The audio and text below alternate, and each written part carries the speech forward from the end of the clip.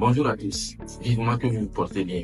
Dans une précédente vidéo, on a fait une petite démonstration de l'utilisation de l'application Google Sheet, histoire de pouvoir montrer l'avantage de pouvoir utiliser une application, sinon un outil dans le quotidien d'une entreprise.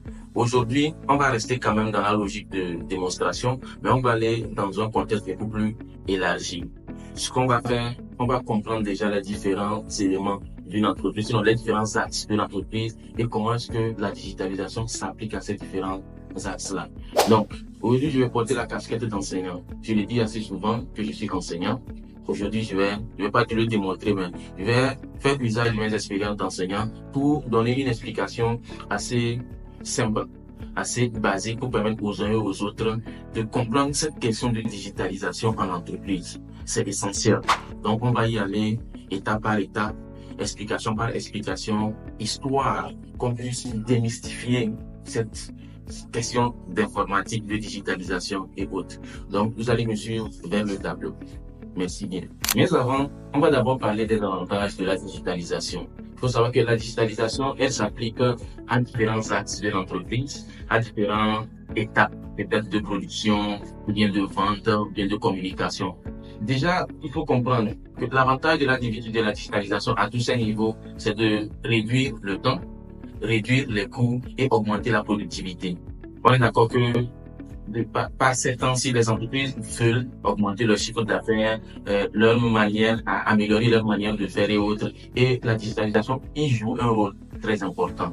Donc, c'est ce que je voulais ajouter avant qu'on passe à la démonstration. Merci.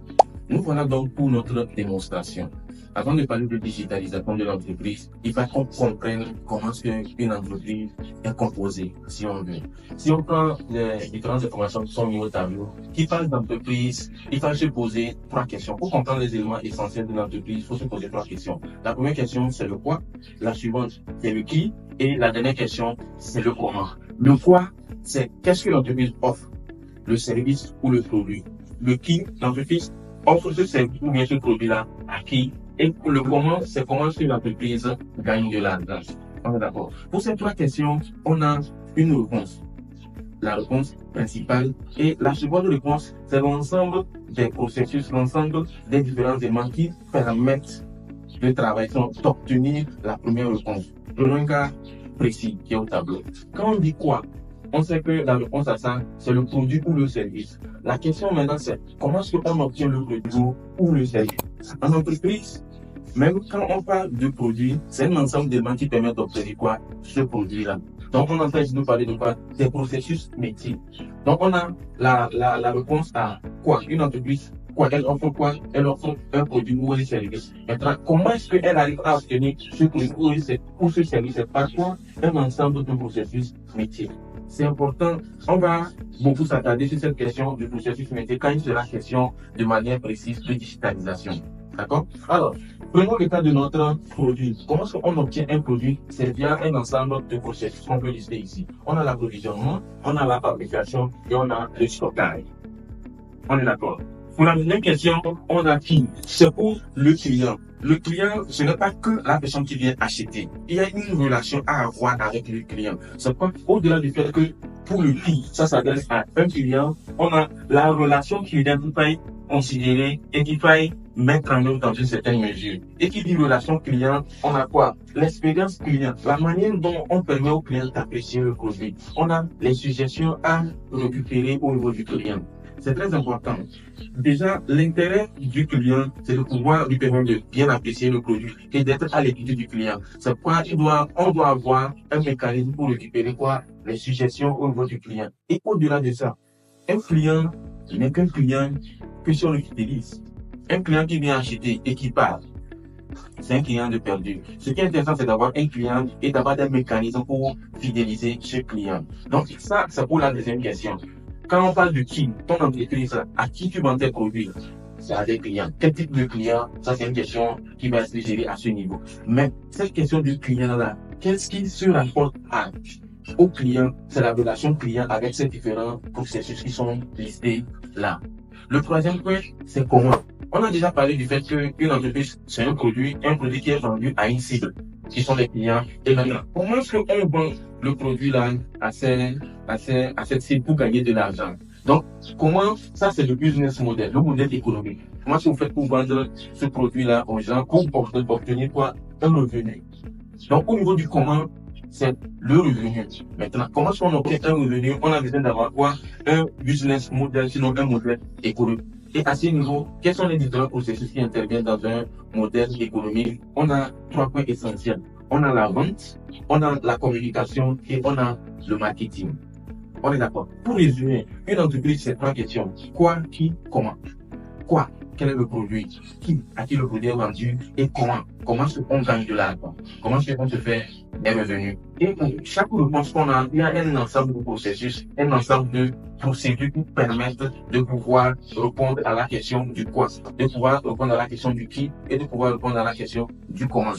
Vous allez voir que quand on parle de digitalisation, on ne va pas, sinon on ne va plus s'attarder sur ça ou ça. On va plus s'attarder sur les réponses premières, mais sur quoi? Les procédures, les processus, les différents éléments qui ont été mis en rouge. Donc, digitaliser une entreprise, c'est digitaliser non pas le produit, non pas le client, non pas l'argent qu'on gagne, mais c'est les processus qui permettent de faire quoi? Fabriquer le produit, les processus qui permettent de faire quoi? Garder le client et les processus qui permettent de faire quoi? Gagner plus d'argent. Donc, dans ce sens, quand on dit digitaliser une entreprise, je le répète encore, il s'agit de faire quoi?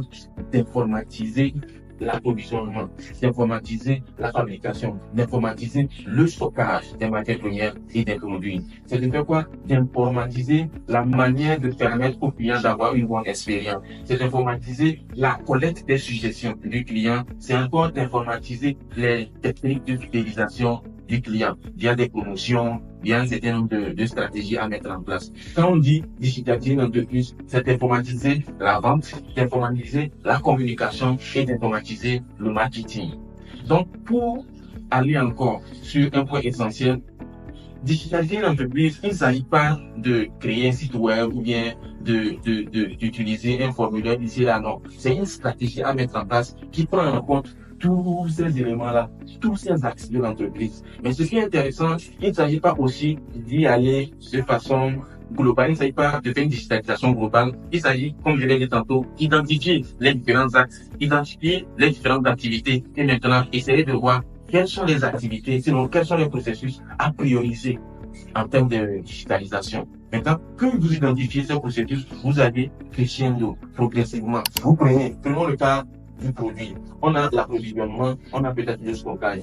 Peut-être la fabrication, ce n'est pas encore le moment de pouvoir digitaliser la chaîne de fabrication. Mais c'est assez intéressant de pouvoir avoir un système qui permet de gérer l'approvisionnement. Dès que les matières premières doivent arriver, comment est-ce que c'est stocké, comment est-ce que c'est géré au-delà. Un système qui permet de gérer ça. Quand on prend la relation client, on prend au niveau des suggestions. C'est important d'être en contact avec le client, de pouvoir mettre en place des mécanismes digitalisés pour recueillir les informations du client. Pour voir, au-delà de s'assurer d'une bonne expérience client, c'est de savoir, ok, monsieur Kofi, vous avez utilisé notre produit, est-ce que c'est bon? Il dit oui. Mais il y a un certain nombre d'éléments qu'on peut corriger et autres. C'est un système qu'on peut mettre en place, collecter les informations et au bureau, pouvoir analyser. Monsieur Kofi a dit tel. Monsieur Abala a dit tel. Peut-être que le patron n'est pas là, on va faire quoi? On lui transfère un email. Le patron a la possibilité de pouvoir analyser tous ces différents éléments et se dire, ah, ok, il y a une action à mettre en œuvre par rapport aux suggestions, par rapport aux éléments qu'on doit envoyer des différents clients. Je pense que ceci est un résumé assez succinct des différentes étapes de la digitalisation. Merci beaucoup et à très bientôt.